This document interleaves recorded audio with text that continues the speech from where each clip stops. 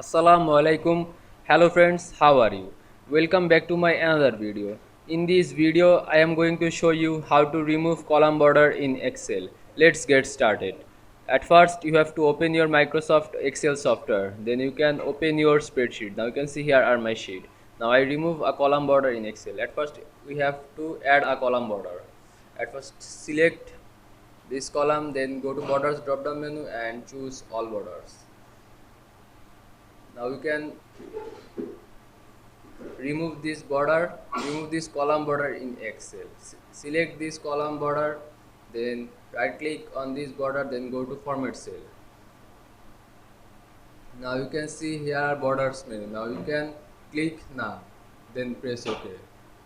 Now you can see I remove column border in Excel very easily. I hope you enjoyed my video. Please like, comment, share and subscribe my channel. Thanks for watching.